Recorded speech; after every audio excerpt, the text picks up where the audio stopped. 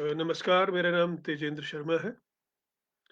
मित्रों, आज मैं अपने दूसरे कहानी पाठ के लिए आपके समक्ष मौजूद हूँ।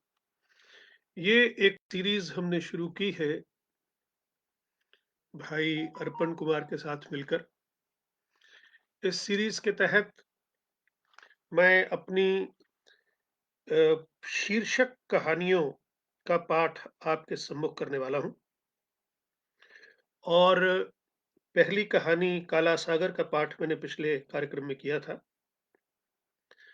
और आज दूसरा कहानी संग्रह जो मेरा प्रकाशित हुआ था, वो वर्ष 1994 में हुआ था और जब ये कहानी संग्रह छप कर आया था वाणी प्रकाशन से, तो उन दिनों मेरी पत्नी इंदु अस्पताल में दाखिल थी। तो जाकर मैंने ये संग्रह अपनी पत्नी को दिखाया अस्पताल में और उस संग्रह का जो समर्पण था, उसमें मैंने लिखा था, इंदु के लिए जो मेरी पत्नी होते हुए भी मेरी मित्र है। मैं चाहता था कि उसे ये मालूम हो कि पति-पत्नी के रिश्ते में भी मित्रता बाकायदा ज़िंदा रह सकती है। वो ज़ाहिर है कि उस संग्रह को देखकर खुश हुई। ढिबरी टाइट कहानी का जहाँ तक सवाल है, मेरी बहुत सी कहानियाँ ऐसी हैं, जो मेरे कुछ मित्र 1 या 2 पंक्तियाँ सुना के खुद तो चले जाते हैं, मगर मेरे दिल में हलचल मचा जाते हैं। तो मैं एयर इंडिया में फ्लाइट पर्सर था, पूरी दुनिया में घूमा करता था। कहीं कुवैत हूँ, कभी लंदन हूँ, कभी न्यूयॉर्क हूँ, कभी पेरिस हूँ, कभी ऑस्ट्रेलिया, कभी अफ्रीका। ये सब मेरे लिए ठीक ऐसे ही होते थे जैसे कोई बॉम्बे में कहे कि साहब मैं बांद्रा जा रहा हूँ, अंधेरी जा रहा हूँ, दिल्ली में कहे कनॉट प्लेस जा रहा हूँ या मॉडल टाउन जा रहा हूँ। तो इसी तरह से मैं जब तक एयर इंडिया में नौकरी करता रहा तो दुनिया जहान के चक्कर लगाता रहा। तो एक बार कुवैत गया तो कुवैत में मेरे एक मित्र थे, रमेश खन्ना। वो पेशे से चार्टर्ड अकाउंटेंट थे। उनसे बहुत अच्छे संबंध बने। उन्होंने एक छोटी-सी घटना मुझे सुनाई। अब वो घटना अगर घटना के तौर पे लिखी जाए तो बस एक समाचार पत्र की कतरन है। तो मैंने उस घटना को अपने अंदर बचा के रख लिया। मुझे लगा कि इस घटना में कहानी बनने की पूरी संभावनाएँ हैं, मगर मैं उसका कोई सूत्र पकड़ नहीं पा रहा था। उन्होंने घटना जो मुझे बताई वो ऐसे थी कि एक व्यक्ति का किसी तरह से पुलिस ने चालान किया, उसे जेल में डाल दिया और पीछे उसकी पत्नी जो कि गर्भवती थी, उसकी मौत हो जाती है और वो व्यक्ति जाके पुलिस वाले को गोली मार देता है कि तुम्हारी वजह से मेरी पत्नी मर गई है, ये घटना थी।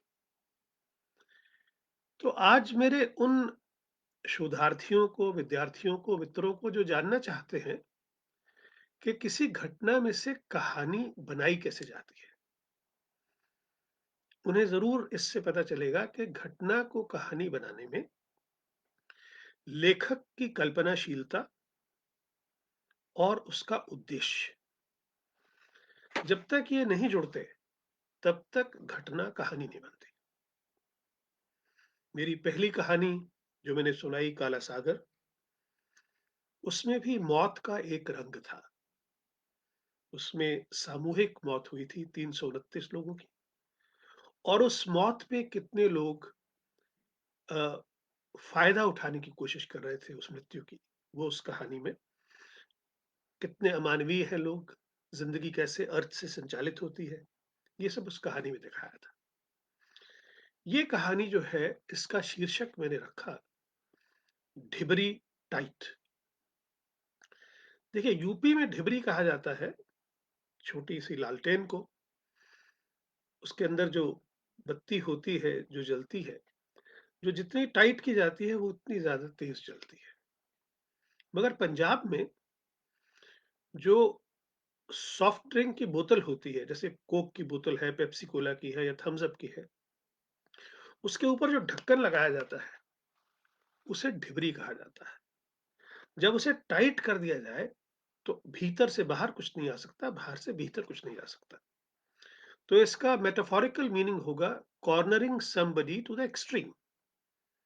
किसी को किसी की पीठ दीवार पे लगा देना कि अब तुम हिल नहीं सकते यहाँ से, कहीं जा नहीं सकते।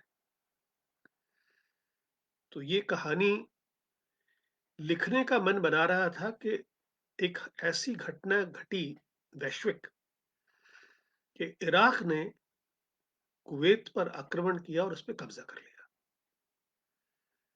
और मुझे वो सूत्र मिल गया कि मैं अपनी कहानी कहाँ से शुरू करूँ और इस वैश्विक घटना को अपने चरित्र की मानसिक स्थिति और उसके साथ जो कुछ हुआ है, उससे कैसे जोड़ूँ?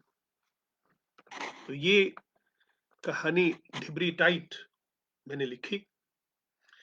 तो आज आपके सामने इसी कहानी का पाठ कर रहा हूँ। ये मेरे दूसरे कहानी संग्रह है, जो कि वाणी प्रकाशन से छपा था 1994 में। उसकी शीर्षक कहानी है। तो आइए शुरुआत करते हैं कि ये मौत का कौन-सा इंद्रधनुष है। और ये कहानी मेरे प्रकाशक अरुण महेश्वरी ने कहीं गुवाहाटी में पढ़ी। तो मुझे फ़ोन करके कहते हैं बॉम्बे में, "तेजेंद्र जी, उस बच्ची को रेफ्रिजरेटर से निकाल देते यार।" तो मुझे लगा कि जब मेरा प्रकाशक मेरी कहानी से इस तरह जुड़ गया है, इस कहानी पर चित्रा मुद्गल हमेशा मुझे बधाई देती हैं कि ये कहानी उनकी प्रिय कहानी है। तो आज आपके सामने मैं पाठ करने जा रहा हूँ ढिबरी टाइट। गुरमीत एकाएक ठहाका लगाकर हंसा। घर के सभी सदस्य चौंक पड़े। गुरमीत तो लगभग 2 वर्ष से दुख के उस गहरे समुद्र में डूब चुका था, जहां से उसे खींचकर निकाल पाना शायद कठिन ही नहीं, असंभव था। फिर वही गुरमीत एकाएक बच्चों की सी प्रसन्नता के साथ हंसने और नाचने लगा। कर दी सालों की टिबरी टाइट, खा गया सालों को, उनकी तो मां। सभी अवाक गुरमीत को देखे जा रहे थे। कहीं इतने दिनों की चुप्पी से पागल तो नहीं हो गया? मगर अभी अभी तो ठीक था। हाँ, शायद आजकल गुरमीत का चुप रहना ठीक ही लगता है। वो पुराना जिंदा दिल गुरमीत तो न जाने कहाँ खो गया है। आज जैसे उस पुराने गुरमीत की राख में ही तो गुरमीत की हंसी निकल कर आई है। ये गुरमीत है या कोई फिनिक्स? घर के सभी लोग टेलीविजन के सामने बैठे थे। वही परिचित सी राष्ट्रीय कार्यक्रम की धुन बजी थी और फिर समाचार की। तब तक तो गुरमीत के चेहरे पर चुप्पी मनहूसियत की तरह चिपकी हुई थी। फिर समाचार वाचक ने समाचार पढ़ा। आज इराकी फौज ने अचानक कुवैत पर हमला करके उसे अपने कब्जे में ले लिया है। और उससे आगे का समाचार ना तो गुरमीत को सुनना था और ना ही घर का कोई अन्य सदस्य सुन ही पाया। जैसे उन्माद का एक दौरा ही पड़ गया था गुरमीत पर। इराक द्वारा कुवैत पर कब्जा जैसे गुरमीत के जीवन की सबसे सुखद घटना बन गई थी। कहीं उसके दुखी और अशांत मन को लगने लगा था जैसे उसने स्वयं ही कुवैत पर कब्जा कर लिया हो। वो कमरे से बाहर आया, बत्ती जलाई और सहन में पड़े 2-3 खाली डिब्बों को ठोकरे मारने लगा। ये साला अमीर गया, ये गया क्राउन प्रिंस। साला कहता था सोने की चादर की कार बनवाऊंगा, भाग गया उल्लू का पट्टा। सब साले भाग गए। उदार जी खुशियां मनाओ, ओए खुशियां। आज तो जी भर के शराब पियो। ਓਏ ਉਹਨਾਂ ਦੀ ਮਾਂ ਮਰ ਗਈ। ਓਏ ਲੈ ਗਿਆ ਸਹੁਰਿਆਂ ਨੂੰ, ਕਰਤੀ ਸਾਲਿਆਂ ਦੀ टिबरी टाइट। हंसी का जो बांध उसने अपने आंसुओं के सामने खड़ा किया था, उसमें दरारें उभरने लगी और थोड़ी ही देर में वो बांध पूर्ण रूप से ध्वस्त हो गया। गुरमीत जितनी जोर से हंसा था, उतने ही जोर से रोने लगा। दारजी ने बेटे को संभाला। माँ बेचारी तो 1 साल पहले ही पुत्र को छोड़कर स्वर्गों में ठिकाना कर चुकी थी। गुरमीत अभी भी उन्माद में बड़बड़ाए जा रहा था। हुण नहीं छोड़ेगा जी, हुण कुछ नहीं बचेगा। सारे दा सारा गल्फ तबाह हो जाएगा। दार जी, हुण उत्थे कुछ नहीं बचना जे। दार जी को यह समझ नहीं आ रहा था कि वो दुखी हों या प्रसन्न। एक और तो उनका पुत्र रो रहा था और दूसरी ओर प्रसन्नता इस बात की कि बेटा 2 साल के बाद बोला तो। 2 वर्ष से चुप्पी का एक ऐसा आवरण गुरमीत के चेहरे पर चढ़ा हुआ था कि उसके नीचे का दर्द किसी को दिखाई ही नहीं दे रहा था। गुरमीत कुछ बोले तभी तो दर्द दिखाई दे। दर्द भी तो उसने स्वयं ही मोल लिया था। अच्छा खासा घर था, खेती बाड़ी थी। ये सब छोड़कर आखिर वो गया ही क्यों? अधिक पाने की चाह में जो कुछ था वो भी लुट गया। मनुष्य संतुष्ट क्यों नहीं रह पाता? क्यों अधिक से अधिक पा लेना चाहता है? गुरमीत के भी बहुत से मित्र विदेश हो आए थे। हर एक के पास विदेश की अलग-अलग रसीली कहानियां थीं। वहां की कारों की दास्तां, डिपार्टमेंट स्टोर, सोने की दुकानें, न जाने क्या-क्या। सब के सब गुरमीत को अपनी ओर आकर्षित कर रहे थे। नहीं तो गुरमीत को क्या कमी थी? कुछ अरसा पहले ही उसने कुलवंत कौर से विवाह किया था। खेतों की मुडेरों पर पला प्यार विवाह के बंधन में बंध गया था और फिर गर्भवती पत्नी और सभी परिवारजनों को छोड़कर गुरमीत कुवैत चला गया।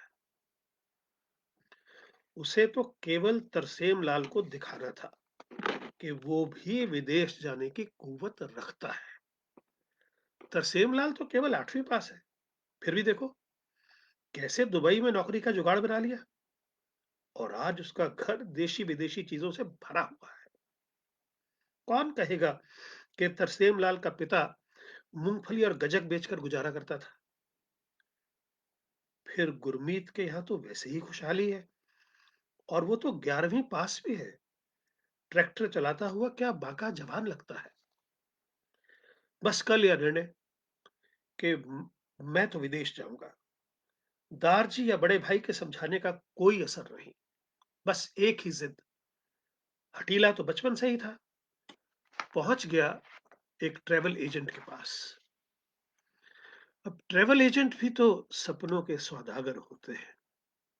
विदेश के ऐसे रंगीन सपने बेचते हैं कि सपने खरीदने के लिए इंसान घर बार बेचने को तैयार हो जाए। इन्हीं सपनों ने गुरमीत के दिल में भी विदेश जाने की इच्छा को दीवानेपन की हद तक भर दिया था। गांव में गुरमीत का घर हमारे घर से कोई अधिक दूर नहीं है।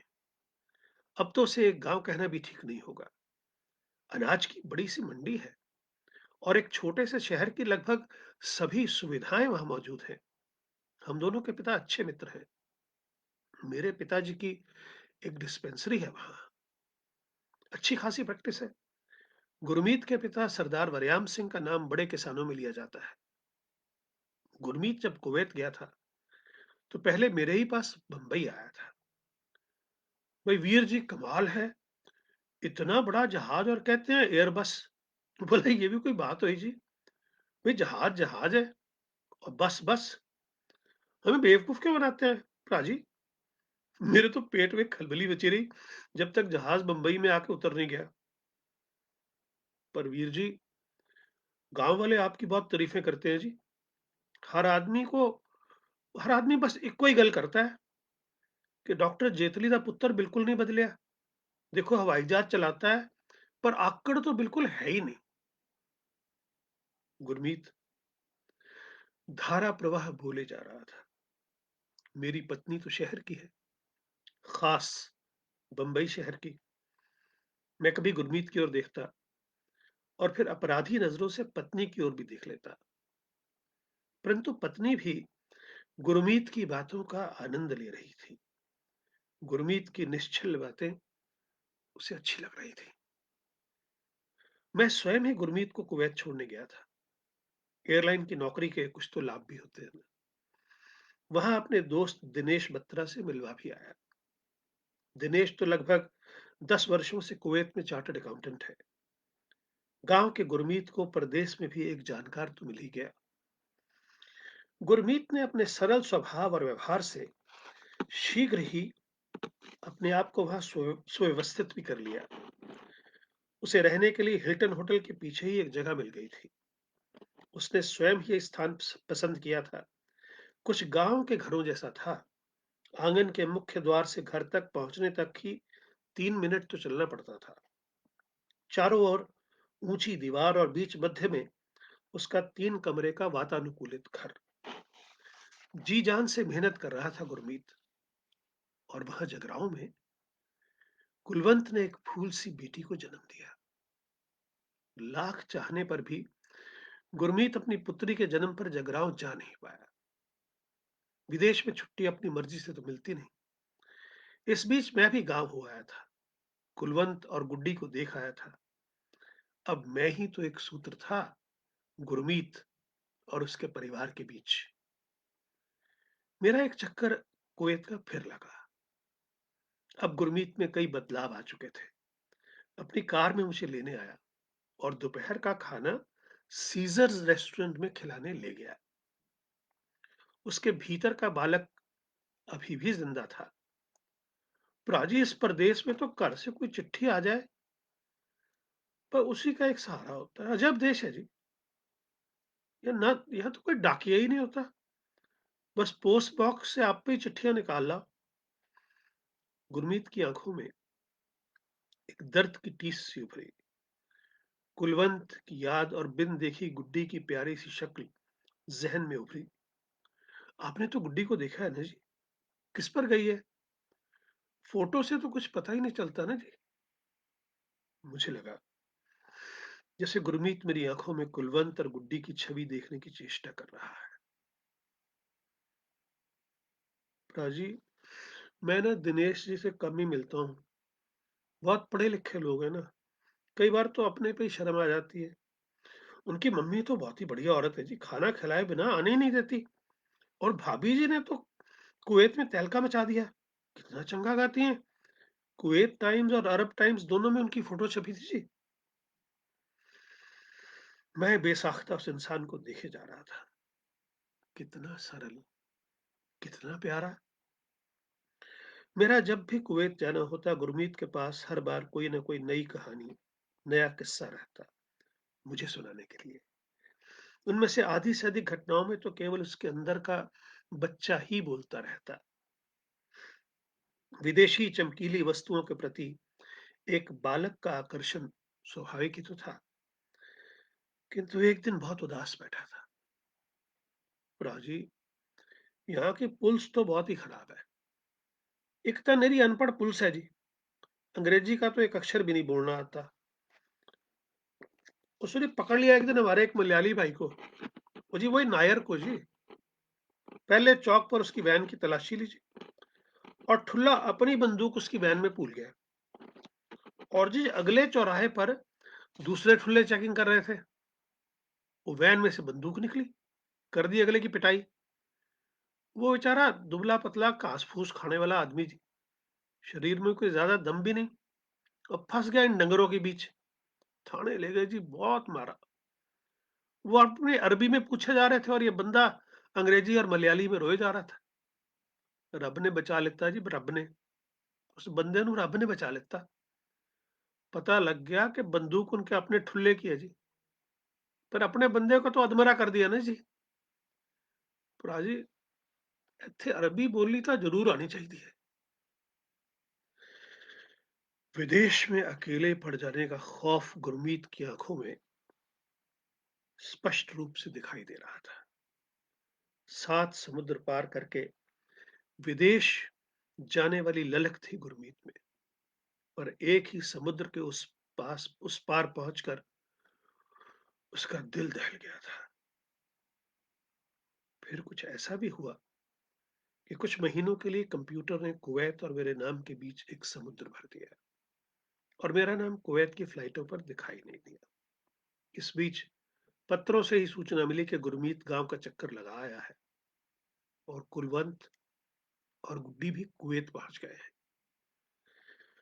कुलवंत और गुरमीत साथ ही कुछ महीने की गुड्डी, प्यारा सा परिवार। मैं भी मैं भी ये सोचकर प्रसन्न था कि चलो दोनों का अकेलापन दूर हुआ। आखिर कुलवंत भी तो इतने परिवारजनों के बीच अकेली ही थी। गुरमीत के बिना उसे किसी और से कितना सरोकार होगा। और अब वही गुरमीत उसके पास था, उसके पास उसका अपना गुरमीत। अब कोई गोरी मेम उसके गुरमीत को उड़ा कर नहीं ले जाएगी। अरब की हूरें भी तो जादू जानती हैं। बेचारी कुलवंत। दिनेश का फोन कुवैत से आया तो मैं उस समय जापान गया हुआ था। ये नौकरी भी तो एक जगह टिक कर बैठने नहीं देती ना। दुनिया भर के शहरों का चक्कर काटता फिरता हूँ। घर में टिक कर रह पाना तो एक बहुत बड़ी उपलब्धि जैसा लगता है। दिनेश ने कोई विशेष संदेश भी नहीं छोड़ा था। बात भी तो हमेशा संयत ढंग से ही करता है ना। समय ने उसे संपूर्ण रूप से परिपक्व बना दिया है।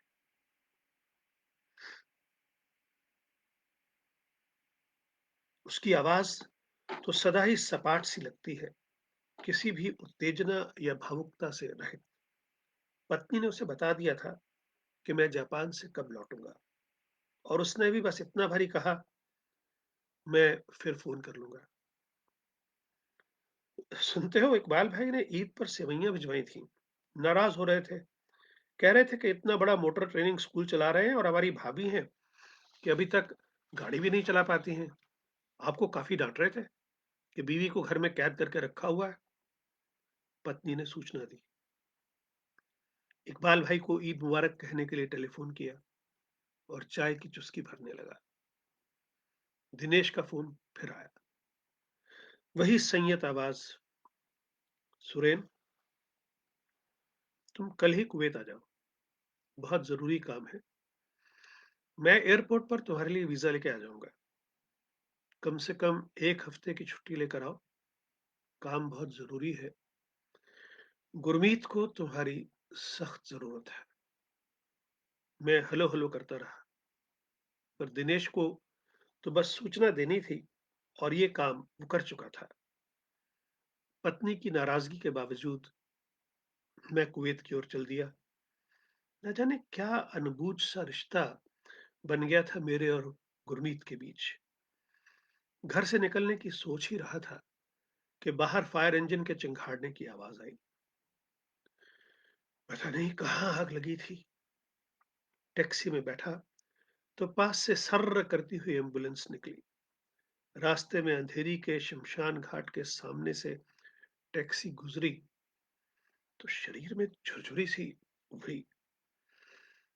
कुवैत पहुंचकर दिनेश मुझे सीधा अपने घर ही ले गया। गुरमीत वहीं पर था, चुप,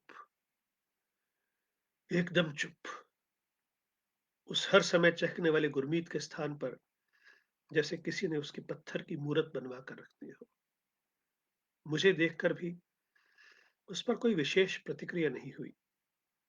उसकी आंखों में कोई पहचान या खुशी नहीं उभरे। उस जिंदा दिल गुरमीत को एक जिंदा लाश बना देने के लिए किसे कसूरवार ठहराया जाए?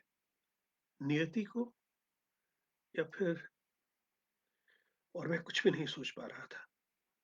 केवल गुरमीत की एक ही बात हथौड़े की तरह बार बार मेरे दिमाग में बजे जा रही थी। राजी, यहाँ की पुलिस बड़ी खराब होती है। अगले ही दिन मैं और दिनेश गुरमीत को साथ लिए एक बार फिर उस रास्ते पर चल दिए जहां सब कुछ घटित हुआ था। गुरमीत की आंखों में फैले आतंक, खालीपन और सूनापन मुझे उस दिन की तमाम घटना सुनाते दिखाते दिख रहे थे। कुलवंत मां बनने वाली थी फिर से। बेटी के बाद बेटा होने की दोनों को प्रबल आकांक्षा थी। कुलवंत पूरे दिनों से थी। उसने गुरमीत को कहा भी, सुनो जी, आज कम ते ना जाओ ना, लगता है आज ना अस्पताल जाना पड़ेगा। वो भगवान ने डरने की गल है, वो फोन रखे है ना, बस कर देना, वो मैं गोली की तरह भागता आऊंगा। वो डरीदा नहीं होता। और कल तो ईद की छुट्टियां भी है ना शुरू। हुआ वही जिसका कुलवंत को डर था। प्रसव वेदना शुरू हो गई। थोड़ी देर तक तो वो सहती रही। फिर जब नहीं सहा गया तो उसने गुरमीत को फोन किया। गुरमीत भी काफी उत्तेजित था। प्रसन्नता और चिंता के मिश्रित भावनाएं लिए वो अपनी कार की ओर भागा। गुड्डी के जन्म के समय तो वो कुलवंत से बहुत दूर था, किंतु इस बार वो कुलवंत के साथ होगा, उसे खुद सहारा देगा। साथी ने बधाई भी दी। गुरमीत सिंह, अब तो ईद पर बेटा होने वाला है, बहुत किस्मत वाला होगा। आंखों में कुलवंत, गुड्डी और होने वाले पुत्र की तस्वीरें लिए गुरमीत ने अपनी कार स्टार्ट की। घर पहुंचने की जल्दी में गुरमीत ने एक्सीलेटर पर अपना पांव दबा दिया। अभी वो सी फेस पर पहुंचा ही था कि पुलिस का सायरन सुनाई दिया, किंतु वो तो अपनी ही धुन में गाड़ी चलाए जा रहा था। कुवैत टावर के पास पहुंचते पहुंचते पुलिस की गाड़ी ने उसे रुकने का इशारा किया। गुरमीत घबरा गया। न जाने क्या अपराध हुआ है। उससे ठुल्ला अरबी भाषा में चिल्लाया जा रहा था और स्पीडोमीटर की ओर इशारा किया जा रहा था। काफी कठिनाई से गुरमीत को समझ आया कि उसे तेज गाड़ी चलाने के जुर्म में पकड़ा जा रहा है। उसने अपने सारे कागज पुलिस के हवाले कर दिए। एकाएक विचार कौन था कि कुलवंत की क्या हालत होगी। अपनी टूटी फूटी अंग्रेजी में अरबी के शब्द मिलाकर वो पुलिस वालों को ये समझाने लगा कि उसकी पत्नी की डिलीवरी होने वाली है और बच्चा किसी भी क्षण पैदा हो सकता है।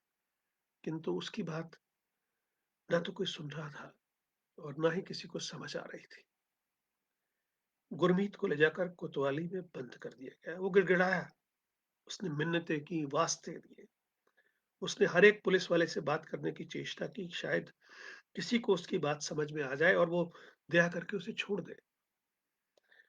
हम तीनों दिनेश की कार में सवार कुवैत टावर तक पहुंच गए और गुरमीत की आंखों का दर्द जैसे कई गुना बढ़ गया। कुछ न कर पाने का एहसास उसे अंदर ही अंदर खाए जा रहा था। गुरमीत को जेल में डालकर इंस्पेक्टर तो ईद की छुट्टियां मनाने चला गया और गुरमीत 4 दिन तक उस जेल की दीवारों से सर टकराता रहा, चिल्लाता रहा, अपनी कुलवंत को याद करता रहा। फिर ख्याल आया, कुलवंत के पास दिनेश जी का घर का फोन नंबर तो है ही। शायद भाभी जी को फोन कर लिया हो। शायद वो जेल से बाहर निकले तो कुलवंत और बेटा दोनों अस्पताल में सुरक्षित हों। कुलवंत बेचारी गुरमीत की प्रतीक्षा करते करते दर्द से निढाल होने लगी थी। गांव की लड़की परदेश में अकेली। हिम्मत करके दिनेश बत्रा के घर फोन किया पर वहां कोई फोन ही नहीं उठा रहा था। जब दर्द असह्य हो गया तो सलवार उतारकर जमीन पर चटाई बिछाकर लेट गई। फिर विचार आया कि अगर बच्चा जमीन पर गिर गया तो तो वापस जाकर पलंग पर लेट गई। सोचा मोम जामा बिछा लूं। गुड्डी के जन्म के समय तो उसे कुछ सोचना ही नहीं पड़ा था। सब कुछ मां के घर ही हुआ था। दर्द था कि बढ़ता जा रहा था। 1.5 साल की गुड्डी मां की हालत देखकर रोने लगी थी, पर मां की कराहटें उसके बाल सुलभ मन को पीड़ित किए जा रही थी। कुलवंत दर्द से चीखे जा रही थी। गुरमीत को भी याद किए जा रही थी और अपनी मां को भी। जब तक ईद का चांद पैदा हुआ कुलवंत बेहोश हो चुकी थी। उसे पता ही नहीं चला कि उसका बेटा हुआ या बेटी। बच्चा रोया या नहीं। गुड्डी भी रोए जा रही थी। उसकी मां का शरीर खून से लथपथ था और उसके साथ बंधा हुआ था एक छोटा सा नन्हा मुन्ना। मुन्ना तो रोए जा रहा था पर पढ़ा तो रक्त से सना था। गुड्डी ने उसे हाथ लगाया तो उसे अपने हाथ में चिपचिपाहट महसूस हुई। अब वो पूरी तरह से घबरा गई। अपने नन्हे-नन्हे कदमों के सहारे दरवाजे की ओर भागी, किंतु दरवाजे की चिटकनी तो उस नन्ही सी गुड़िया की पहुंच से काफ़ी ऊपर थी। काफ़ी देर तक दरवाज़ा पीटती रही, मगर कोई सुन पाता तभी तो खोलता। अब ना तो माँ की कराहटें सुनाई दे रही थी और ना ही मुन्ने का रोना। पूरे घर में एक भयानक सा सन्नाटा छाया हुआ था। रोते-रोते गुड्डी की भूख तेज होने लगी। वो बेचारी फ्रिज खोलने की कोशिश करने लगी, किंतु फ्रिज था कि खुल ही नहीं रहा था।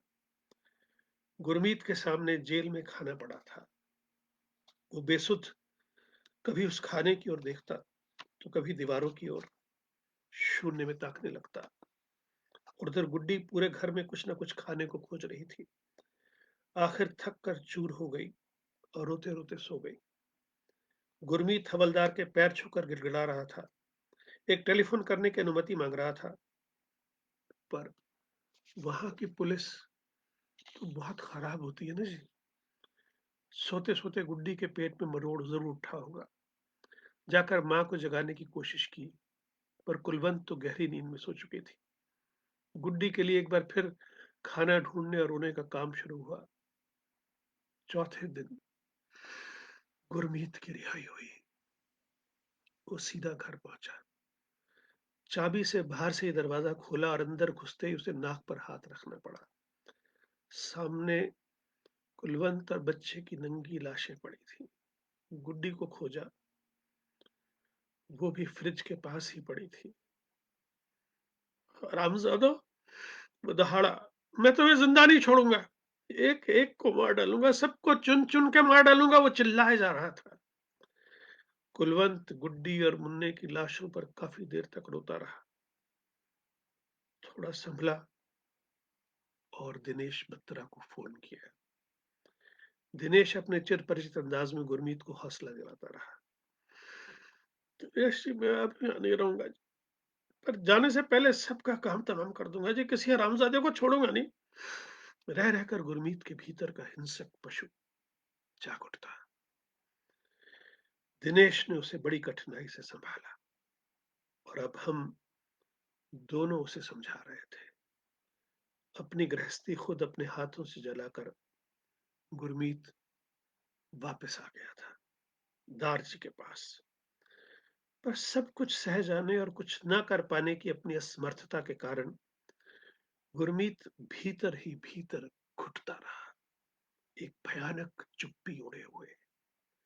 और ये चुप्पी आज ही टूटी थी, जब हर्षोल्लास से चिल्ला उठा था, मारता सौर्यनु, कर दी सालों की टिबरी टाइट।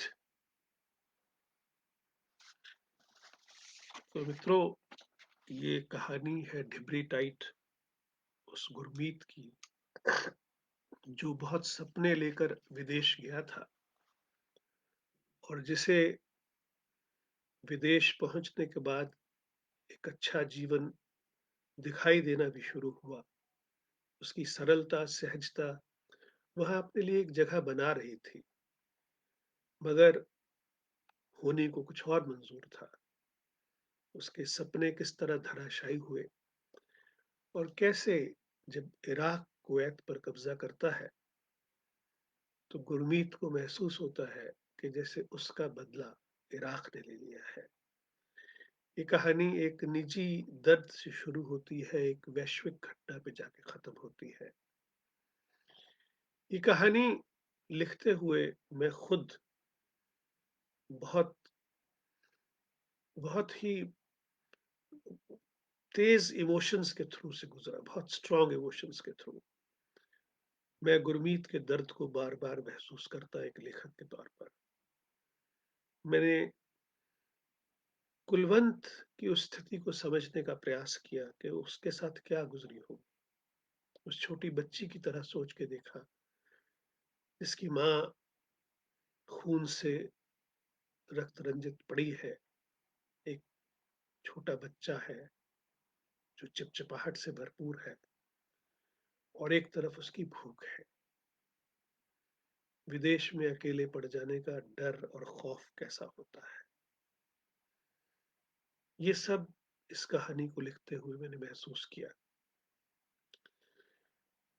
मित्रों, मुझे हमेशा ये लगता है कि घटना केवल बीज है,